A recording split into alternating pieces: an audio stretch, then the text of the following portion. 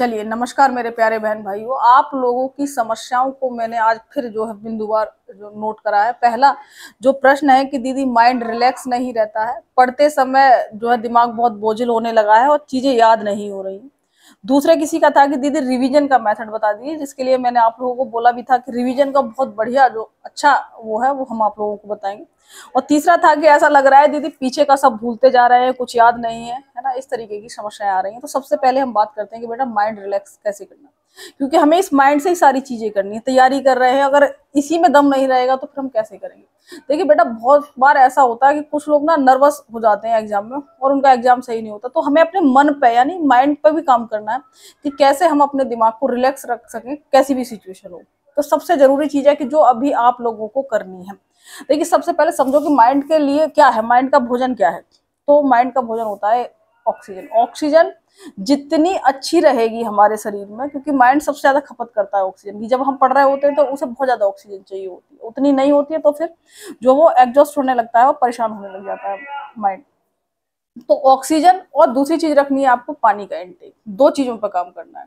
अब ऑक्सीजन के लिए आपको क्या करना है, सबसे पहले सुबह थोड़ी हल्की एक्सरसाइज जरूर करनी है, बहुत ज्यादा भारी एक्सरसाइज नहीं करनी, हल्की हल्की एक्सरसाइज कर लीजिए और प्राणायाम कर लीजिए। 15 से 20 मिनट प्राणायाम कर लीजिए। अगर एक्सरसाइज भी नहीं कर रहे हैं, थोड़ी सी हाथ पैर हिलाए और जो है उसके बाद प्राणायाम करिए। प्राणायाम में आपको ज्यादा टाइम नहीं लेना है, 15 से 20 मिनट सफिशियंट है ना। 15 से 20 मिनट में आप 5 मिनट जो है कपाल भाती करिए। कपाल भाती को 5 से 10 मिनट तक, जिसको थोड़ा शौक है तो वो 10 मिनट तक भी कर लो, नहीं तो 5 मिनट कर लीजिए। तो 5 से 10 मिनट कपाल भाती का टाइम हो गया। दूसरा जो है अनुलोम विलोम, ये सबसे ज्यादा जरूरी होता है। अनुलोम विलोम मैंने आपको जो प्रैक्टिस सेट वाले उसमें भी बताया था कि ऐसे एक नोस्ट्रल से लेते हैं सांस, फिर दूसरे से छोड़ते हैं और सांस को लंबा खींचना है बहुत आराम से ना। तो उससे क्या होगा कि ये बहुत ही ज्यादा ब्रेन के लिए, अगर एक ही चीज मैं बताऊं तो वो अनुलोम विलोम है। तो कम से कम 10 से 15 मिनट अनुलोम विलोम करना है। 5 से 10 मिनट कपालभाति, 10 से 15 मिनट अनुलोम विलोम, 10 मिनट से ज्यादा बाकी आप लोगों की मर्जी है कि ज्यादा से ज्यादा और कर पाते हैं तो वो आप लोगों की श्रद्धा है, ठीक है।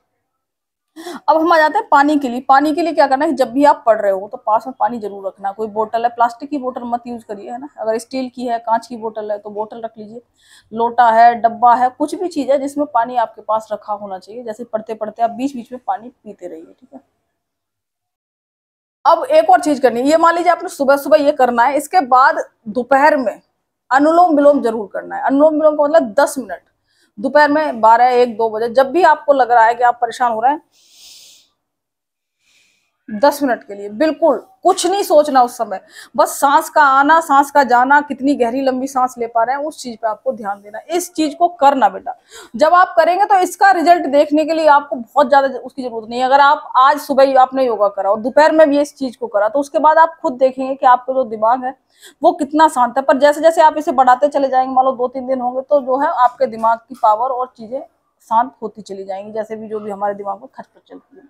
अब उसके बाद आते हैं रिवीजन को लेकर के। रिवीजन को लेकर के बहुत ज्यादा परेशान है, तो बेटा एक चीज और, रिवीजन का मतलब ये नहीं होता है, जैसे मैंने कई बार देखा, रिपीट करना कि बार बार मान लीजिए हमने कोई चीज लिख ली और उसको बार बार ऐसे पढ़ रहे हैं, ये रिवीजन नहीं होता। इसे बोलते हैं रिपीटेशन, यानी किसी चीज को बार बार उसी को रिपीट करना। अब रिवीजन क्या होता है और कैसे करते हैं रिवीजन। मान लीजिए मैंने आज मैथ्स की क्लास कराई थी आप लोगों को सबको, ना। तो आपको क्या करना है कि मैथ्स की क्लास जैसे ही खत्म हुई, 1 घंटे बाद आपको जो है तुरंत, जैसे मैथ्स की क्लास खत्म होते ही, ये जो फर्स्ट रिवीजन है ये आपको तुरंत ही करना है। किसी भी चीज को आप पढ़ रहे हैं तुरंत ही उसके बाद उस बुक को बंद कर दिया। उसके बाद दिमाग पर जोर डालना है कि आज हमने क्या पढ़ा था। अच्छा, मैम ने ऐसे ऐसे सवाल बताए थे। अच्छा, 32 रसगुल्ले वाला बताया था। अच्छा, उसमें क्या करा था, ये करा था। उसके बाद अच्छा एबीसी वाला कराया था। अच्छा, काम छोड़ो, बीच में काम छोड़ देते हैं, उसको कराया था। किताब को बंद करके अपने दिमाग पर जोर डालना है। हो सकता है कि इस समय आपके दिमाग में तुरंत वो ना आए कि अरे क्या कराया था, अरे, क्योंकि हमें हमेशा दिमाग के अंदर डालने की तो आदत है, दिमाग से निकलवाने की आदत नहीं होती कि हम अंदर सुनते रहते हैं, पढ़ते रहते हैं, अंदर जा रहा है सब। बाहर निकालना यानी जब हम उस चीज को बाहर सोचे बिना बंद करके बुक को, तो वो नहीं कर पाते। तो जब ना हो तो परेशान नहीं होना है, तुरंत खोल लो। अच्छा, इसमें ये करा था, अच्छा इसमें ये करा था।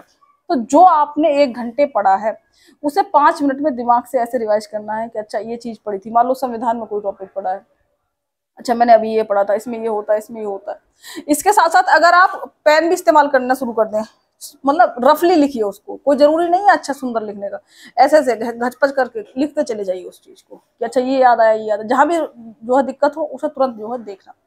इसी चीज को करने से, यानी जो हमने पढ़ा अभी उसी चीज को तुरंत अगर हमने इस तरीके से रिवाइज करा, रिव्यू करा, तो उसके बाद क्या होता है कि वो चीज जो अगर आपके दिमाग में जो है 30-40% रहनी थी, वो 70% तक पहुंच जाएगी, जस्ट डबल हो जाएगी तुरंत।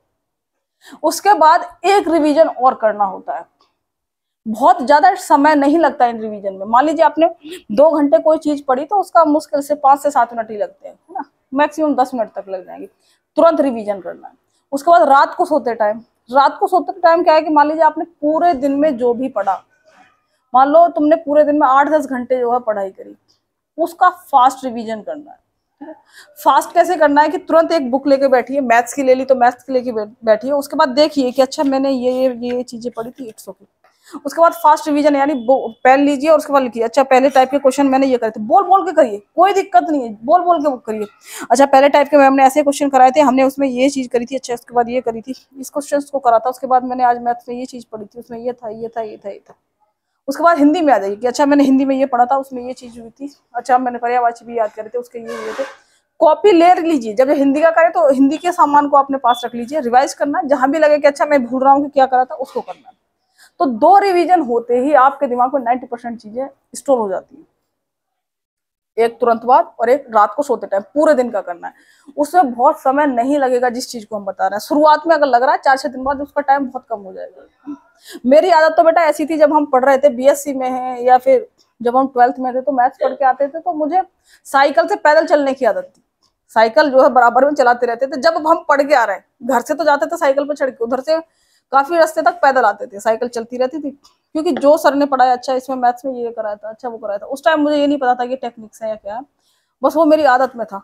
तो हम उसको जो है घर तक आते आते उसको रिवाइज कर देते थे, तुरंत कॉपी निकाली, पीछे से देख भी लेते थे, अच्छा ये हो गया। तो इसलिए क्योंकि मैंने बहुत मस्ती करी अपनी, उसको नंबर मेरे कभी कम नहीं आए और चीजें हमेशा बढ़िया रही, क्योंकि उसके पीछे मेरी कुछ आदतें थी। क्योंकि मुझे बहुत ज्यादा घूमना फिरना पसंद था, तो घूमने फिरने के लिए, समय बचाने के लिए ये रहता था कि थोड़ा स्मार्ट तरीके से हम उस चीज को खत्म कर रहे हैं।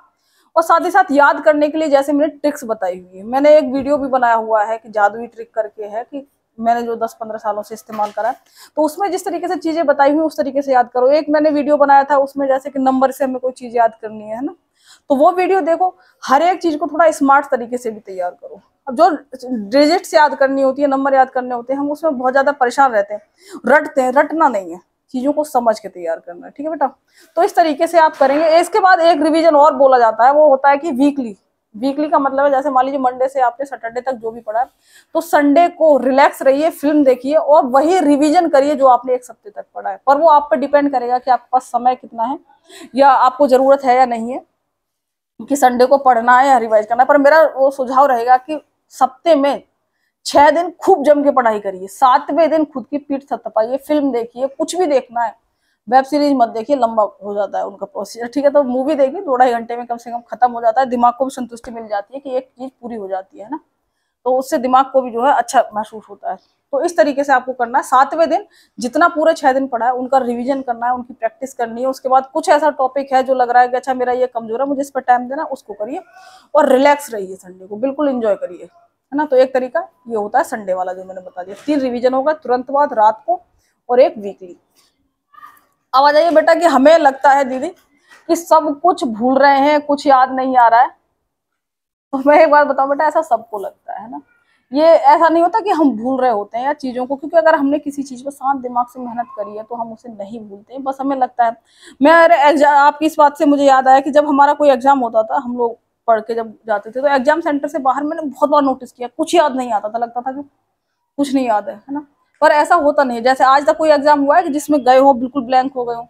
नहीं हुआ, सब में बेहतरीन नंबर आए। पर बहुत बार एग्जाम से पहले, इवन टेबल पर बैठे बैठे भी मैंने सोचा था कि आज के एग्जाम में क्या है, कुछ नहीं आता उस समय। तो इस चीज से बिल्कुल नहीं घबराना, ये नॉर्मल सी चीज है, उस पर ध्यान भी नहीं देना कि कुछ याद है या नहीं रह रहा है, वो तो लगता ही है हमें, ऐसा होता नहीं है, ठीक है। तो ये तो कोई मैटर नहीं है कि जिसमें मैं आपसे कहूँ। एक और चीज कि मेरे एग्जाम्स में मैंने एक चीज और अनुभव करी थी कि जिस एग्जाम में मुझे सबसे ज्यादा टेंशन रहती थी कि पता नहीं कैसा होगा क्या होगा, वो हमेशा अच्छा होता था। और जिसमें लगता था कि अरे कुछ नहीं सब बढ़िया होगा, उसमें थोड़ी सी मामला फंसता था, है ना। तो जब टेंशन हो या वो हो, तो जरूरी नहीं है कि वो चीज खराब होती है, वो अच्छे होने के चांसेस ज्यादा रहते हैं, ठीक है बेटा। तो चलिए, इन प्रश्नों को मैंने आपको जो है बता दिया है, आपको किस तरीके से चीजें करनी है। अगर फिर भी लग रहा हो किसी को कि कुछ चीजें और पूछनी है या वो करना है, तो मुझे बताना, है ना, उस पर भी चीजें कर देंगे बेटा। और एक और काम करा करिए, पढ़ते टाइम ना जब भी आप पढ़ाई करो तो मान लीजिए अगर हम अभी बैठे 10 से, तो आप एक डायरी में नोट करा करिए, ठीक है। इस तरीके से डायरी लीजिए, उसमें नोट कर दीजिए कि अच्छा हम 10 बजे बैठ रहे हैं और मुझे 10 से 12 बजे तक पढ़ना है, मैथ्स पढ़ना है, मैथ्स में मुझे वर्क एंड टाइम करना है और इतने क्वेश्चन करने हैं, इतनी प्रैक्टिस करनी है। जब ये लिख देंगे तो आपके दिमाग को सिग्नल मिल जाता है कि तुझे 2 घंटे तक ये चीज करनी है। अगर नहीं लिखेंगे और रैंडमली मतलब तैयारी कर रहे होंगे उसमें, और जब हम लिख देते हैं किसी लक्ष्य को, दोनों में अंतर होता है, क्योंकि हमारा दिमाग तुरंत फोकस हो जाता है। अगर मान लीजिए आप मूल विधि में कोई एक्ट याद कर रहे हैं तो तुरंत लिख दीजिए अपनी डायरी में कि समय इतने बजे से इतने बजे तक ये एक्ट याद करना है। लास्ट में परिणाम भी लिखना है कि आपने वाकई में ये याद करा या नहीं करा। 3 कॉलम हो गए, समय लिख दिया, क्या करना है वो कर दिया, लास्ट में परिणाम लिखना है कि अगर याद भी करा या इस टाइम टालमटोली करते रहे या पूरा याद करा या 50% याद करा। तो जब आप अपने दिमाग को इस तरीके से टारगेट देंगे तो बहुत बेहतरीन तरीके से काम करेगा, ठीक है बेटा। तो ये मैंने बता दी आपको चीजें, और तुम सभी के लिए मेरी दुआ है कि तुम सब कामयाब हो, तुम्हारे एग्जाम निकले, तुम्हारे सपने पूरे हों, तुम सब एक बेहतर जिंदगी जियो, ठीक है बेटा।